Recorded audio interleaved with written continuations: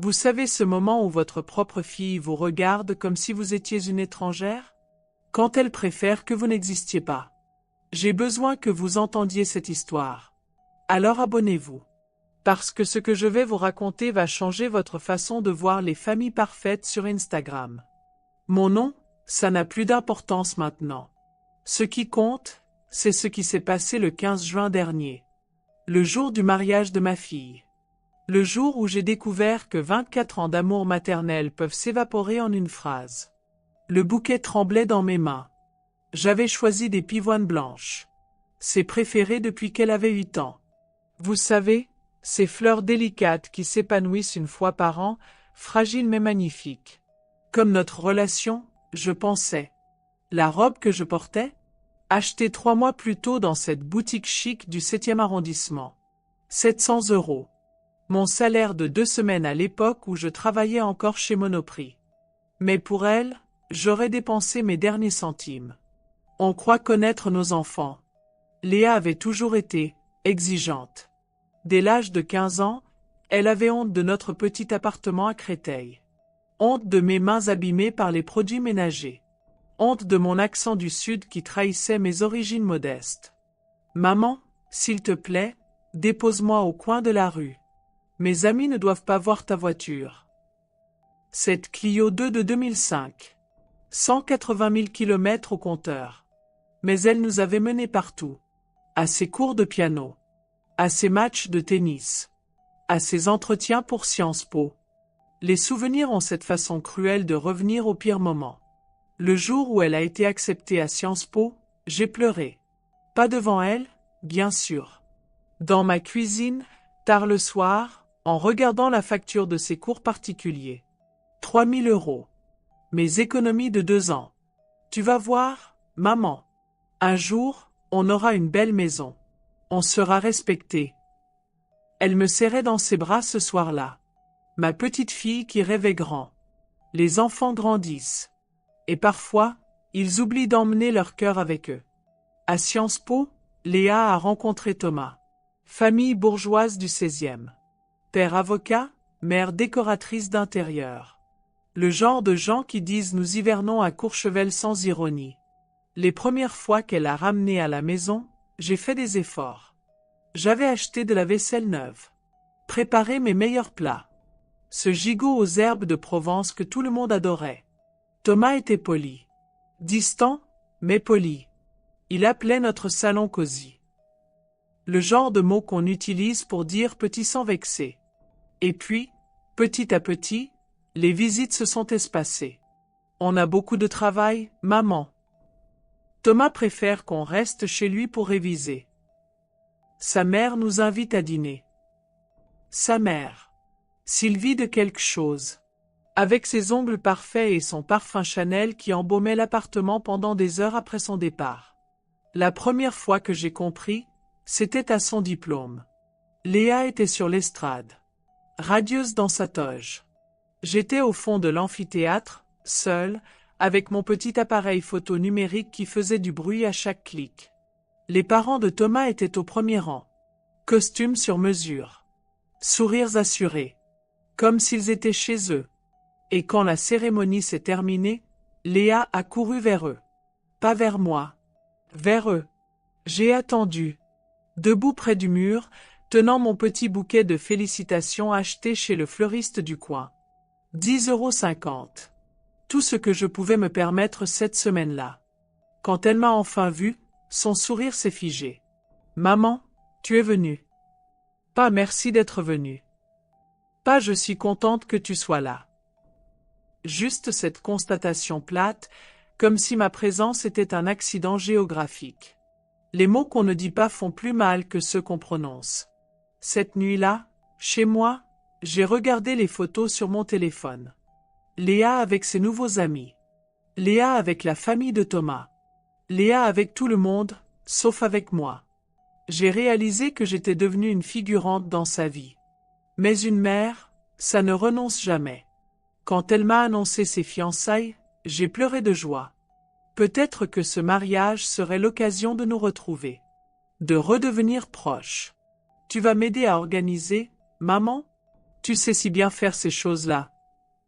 Mon cœur s'est emballé. Ma fille avait besoin de moi. Ce que j'ignorais, c'est qu'elle avait surtout besoin de mon porte-monnaie. Le lieu de réception qu'elle voulait? Le château de Vaux-le-Vicomte. Location pour un jour, 15 000 euros. Le traiteur? Le chef du Bristol. Menu dégustation pour 150 invités, 22 000 euros. La robe? Un modèle exclusif d'une créatrice dont je n'arrivais même pas à prononcer le nom. 8 000 euros. J'ai dit oui à tout. J'ai vendu ma voiture. Vidé mon livret à emprunter à ma sœur. Hypothéqué l'appartement que mes parents m'avaient légué. 63 000 euros. Toute ma vie économisée, convertie en une seule journée parfaite pour ma fille. En signant les contrats, j'ai insisté pour une clause. Mon nom devait apparaître partout. Pas par vanité. Par amour. Je voulais que le monde sache que Léa Durand était la fille de Marie Durand. Que cette femme simple de Créteil avait élevé cette brillante jeune femme. Le wedding plané a haussé les épaules. Bien sûr, madame. Vous payez, vous décidez. Les mois ont passé dans un tourbillon de préparatifs. Léa était transformée. Rayonnante. Heureuse. Elle m'appelait tous les jours pour parler nappage, arrangements floraux, playlist. Nous étions redevenus complices.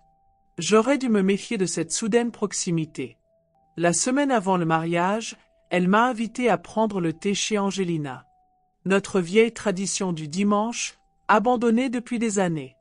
Maman, je voulais te dire. Merci. Pour tout. Tu as rendu mes rêves possibles. Elle tenait ma main. Ses ongles manucurés contre ma peau rugueuse. Ce moment-là, je l'ai gravé dans ma mémoire. Parce que ce serait le dernier où ma fille me regarderait avec tendresse. Le matin du mariage, j'ai mis 3 heures à me préparer. Coiffeur, maquillage, robe neuve. Je voulais être digne d'elle. Digne de cette journée que j'avais créée. En arrivant au château, j'ai respiré profondément. L'air sentait les roses et l'herbe fraîchement coupée. Tout était parfait. Mes sacrifices avaient du sens. C'est là que j'ai vu le panneau. Un grand tableau élégant à l'entrée. Thomas de Montclair et Léa Rousseau unis pour la vie avec l'amour et le soutien de leur famille. Rousseau. Pas Durand. Rousseau. Le nom de jeune fille de sa grand-mère paternelle. Cette femme qu'elle n'avait jamais connue. Mes jambes ont tremblé. J'ai cherché mon nom. Celui de la femme qui avait financé cette journée. Qui avait élevé la mariée. Qui avait tout donné. Rien. Nulle part. Un vigile s'est approché. Excusez-moi, madame. Vous êtes sur la liste? La liste. J'avais financé ce mariage et j'étais sur une liste. Je suis la mère de la mariée. Il a froncé les sourcils, consulté son carnet. Désolé, madame. Je ne vois pas votre nom. Vous devez faire erreur. Faire erreur. 36 heures de travail pour mettre Léa au monde. 24 ans à l'élever seule. 63 000 euros d'économie. Et je faisais erreur. J'ai insisté. Appelez la mariée. Dites-lui que Marie Durand est là. 5 minutes d'attente qui ont duré une éternité. Puis le vigile est revenu, gêné. La demoiselle dit qu'elle ne connaît personne de ce nom. Le monde s'est arrêté. Ma propre fille. Mon sang. Y est mon existence. J'ai sorti mon téléphone. Les messages étaient là. Toutes nos conversations sur le mariage. Les photos qu'elle m'envoyait de sa robe. Les je t'aime maman qui ponctuaient nos échanges. Mais le vigile ne voulait rien entendre. C'est alors que je l'ai vue. Léa dans sa robe de 8 000 euros, entourée de ses demoiselles d'honneur. Elle riait, photographiée par une équipe de professionnels que j'avais payés. Nos regards se sont croisés. Et j'ai lu la honte dans ses yeux. Pas la surprise. Pas la confusion. La honte. Elle savait que je viendrais. Elle m'attendait. Elle s'est approchée, radieuse pour les photographes. Madame Durand, a-t-elle dit d'une voix forte. Assez forte pour que les invités l'entendent. Madame. Pas maman. Je vous avais dit de ne pas venir. Mensonge. Elle ne m'avait jamais dit ça. Au contraire, elle m'avait envoyé une invitation gravée 3 semaines plus tôt. Tu comprends, avec ta situation actuelle, ce n'est pas approprié. Ma situation. J'étais au chômage depuis 2 mois. Licenciement économique après 15 ans de loyaux services. Mes économies épuisées pour son mariage. Les invités nous regardaient. Ces gens chics qui murmuraient entre eux. Qui sortaient discrètement leur téléphone. Les fleurs sont jolies, a dit Léa en regardant mon bouquet de pivoine. Mais il faut que tu partes maintenant. Partir. Quitter le mariage que j'avais payé. Abandonner la fille que j'avais élevée. Disparaître comme si je n'avais jamais existé. J'ai tendu le bouquet. Tiens. Pour toi. Léa a reculé comme si je lui tendais du poison. Non merci. Ça ne va pas avec le thème. Le thème. Ses fleurs préférées depuis l'enfance ne correspondaient pas au thème de son mariage parfait. Elle a fait un geste. Un petit mouvement du pied, désinvolte. Comme pour chasser un chien errant. Mon bouquet s'est retrouvé sur le gravier. Les pivoines écrasées sous son talon. 24 ans d'amour maternel, piétinés en une seconde. Les rires des invités ont fusé. Des téléphones pointés vers moi. Cette femme pathétique qui s'accrochait à une fille qui ne voulait plus d'elle. Je me suis baissé pour ramasser les fleurs. Les pétales étaient maculés de terre. Comme mon cœur. En me redressant, j'ai croisé le regard de Thomas. Il souriait. Pas un sourire cruel. Juste, satisfait. Comme si un problème venait d'être résolu. C'est là que j'ai compris. Ce n'était pas une décision spontanée. C'était planifié. Orchestré. Ma propre fille avait organisé ma humiliation publique. Mais j'avais gardé un atout. En signant tous ces contrats, j'avais insisté sur une clause particulière. Une clause que le wedding planner avait trouvée bizarre mais qu'il avait acceptée. En cas de non-respect des conditions, la prestataire principale, moi, pouvait annuler les services immédiatement. L'une des conditions était ma présence officielle au mariage. Mon nom sur les invitations. Ma place à la table d'honneur. Ma reconnaissance publique comme mère de la mariée. Contrat non respecté. J'ai sorti mon téléphone. Un seul message à envoyer. Au coordinateur technique que j'avais personnellement choisi et payé. Code rouge. Activation clause 7. Immédiate. Les lumières se sont éteintes. Pas progressivement. D'un coup. Château plongé dans l'obscurité. La musique s'est arrêtée. Les projecteurs, éteints. Les caméras, silencieuses. 150 invités dans le noir. Des cris de surprise. Des exclamations inquiètes. Le chaos dans cette perfection organisée. Moi, debout près de l'entrée, j'ai souri pour la première fois de la journée. Les générateurs de secours ont pris le relais. Éclairage d'urgence. Suffisant pour voir, pas pour photographier. Pas pour filmer. Pas pour ce mariage Instagram parfait. Léa hurlait après le coordinateur. Thomas gesticulait. Les invités sortaient leur téléphone, cherchaient le réseau. Mais j'avais aussi pensé à ça. Les antennes relais du château étaient sur le même circuit électrique. Plus de réseau. Plus de Wi-Fi. Plus de connexion avec le monde extérieur. Ils étaient prisonniers de leur propre arrogance. La coordinatrice du mariage s'est approchée de moi. Madame Durand, nous avons un problème technique. Il faut reporter la cérémonie. Non, j'ai dit calmement. Il faut l'annuler. Son visage s'est décomposé. Vous ne pouvez pas? Les contrats? Lisez la clause 7, ma chérie. Léa est arrivée en courant. Sa robe traînait dans la poussière. Son maquillage coulait. Qu'est-ce que tu fais, putain? Putain. Le premier mot sincère qu'elle me disait depuis des mois. Je me fais respecter, j'ai répondu. Elle a éclaté en sanglots. Pas de tristesse. De rage. De frustration pure. Tu ne peux pas faire ça. Pas aujourd'hui. Pas devant tout le monde. Tout le monde? Tu veux dire ces gens qui viennent de me regarder ramasser des fleurs écrasées par ma propre fille? Ses sanglots ont redoublé. Maman, s'il te plaît. Remets l'électricité. On parlera après. Maman. Enfin. Mais c'était trop tard. Tu m'as effacé, Léa. Tu as effacé mon nom, mon existence, mon amour. Tu as fait de moi une étrangère dans la vie que j'ai construite pour toi. Thomas s'est approché. Madame, soyez raisonnable. C'est un malentendu. Raisonnable? J'ai ri. Un rire dur que je ne me connaissais pas. J'ai été raisonnable toute ma vie. Regarde où ça m'a mené. Les invités commençaient à partir.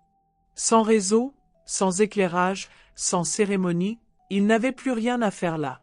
Les voitures se succédaient dans l'allée. Ce mariage parfait devenait un fiasco parfait. Léa s'est jetée à mes pieds. Littéralement. À genoux dans sa robe de 8 000 €. Maman, je t'en supplie. Arrête ça. Voir sa fille à genoux devant soi. C'est ce qu'on peut ressentir de plus douloureux au monde. Mais je ne pouvais plus reculer. Tu voulais un mariage sans ta mère? Tu l'as eu. J'ai tourné les talons. Mes pas résonnaient sur le gravier dans le silence du château assombri. Derrière moi, j'entendais Léa hurler. Thomas l'a consolée. Les derniers invités claquaient les portières de leur voiture. Dans ma voiture, j'ai pleuré. Pas de tristesse. De libération. Pour la première fois depuis des années, j'avais repris le contrôle de ma propre histoire. Le lendemain, les journaux en parlaient. Mariage saboté par la mère de la mariée, guerre familiale au château de Vaux-le-Vicomte. Les réseaux sociaux s'emparaient de l'affaire. Des témoins avaient filmé avec leur téléphone avant la coupure. On y voyait tout. Moi avec mon bouquet. Léa me rejetant. Les fleurs piétinées.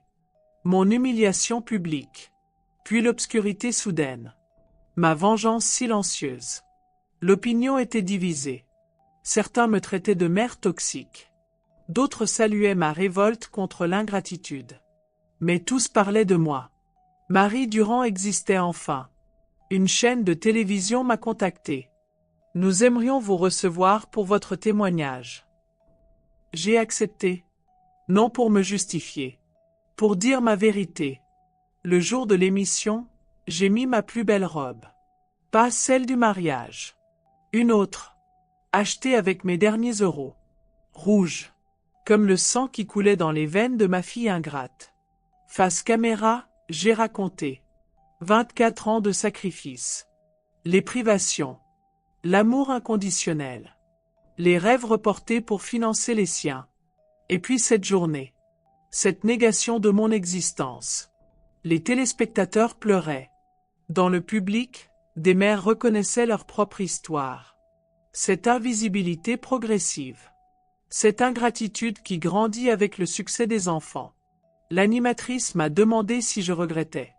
Regretter d'avoir donné sa chance à ma fille? Jamais. Regretter de m'être fait respecter? Jamais non plus. L'émission a fait le buzz. 5 millions de téléspectateurs. Des milliers de commentaires de soutien. Marie Durand était devenue un symbole. Léa a tenté de se défendre. Interview, post Instagram, explication larmoyante. Elle se présentait comme la victime d'une mère manipulatrice. Mais les témoins étaient formels. Les vidéos ne mentaient pas. Sa carrière en a pris un coup. Les entreprises qui la courtisaient ont reculé. Son image de jeune femme brillante et respectable s'effritait. Thomas a annulé le mariage. Incompatibilité de valeurs familiales, disait le communiqué de ses parents. Traduction, il ne voulait pas d'une belle-fille capable de renier sa mère devant témoin. Léa s'est retrouvée seule. Répudiée par son fiancé. Boycottée par ses anciens amis. Mise au ban de cette société bourgeoise qu'elle vénérait. Elle a dû déménager. Chercher du travail. Affronter le regard des gens qui la reconnaissaient. Découvrir ce que j'avais vécu toute ma vie. Moi, j'ai retrouvé la paix. Pas l'argent. Pas la sécurité. Mais la paix. J'ai vendu l'appartement.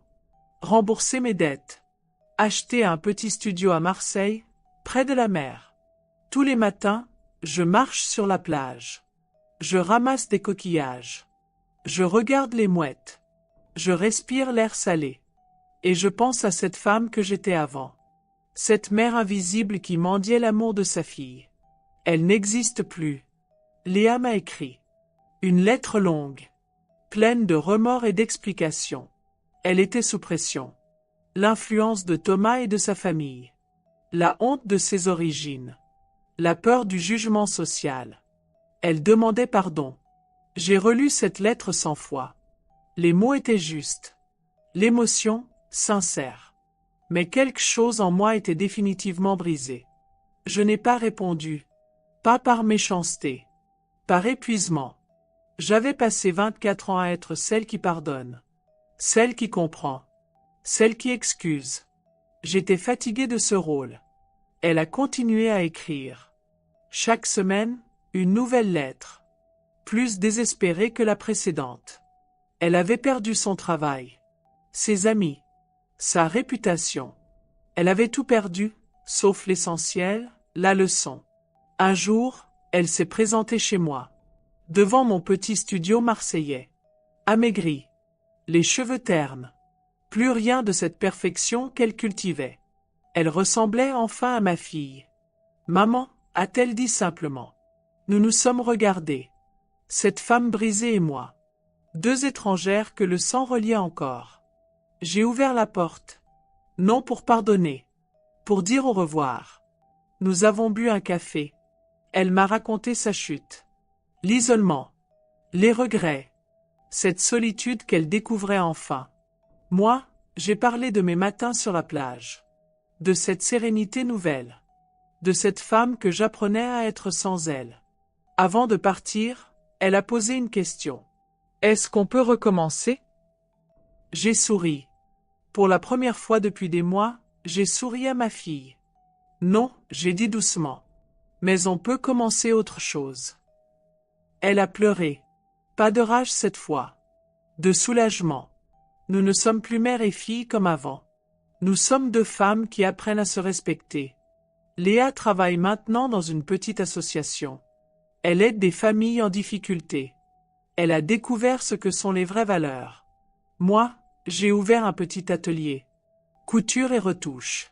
Mes mains abîmées retrouvent leur utilité. Parfois, elle vient me voir. Pas souvent. Juste quand c'est nécessaire. Nous parlons de tout sauf du passé. Ce passé-là est mort au château de Vaux-le-Vicomte. Les gens me demandent si je regrette. Ma réponse ne change jamais. Non.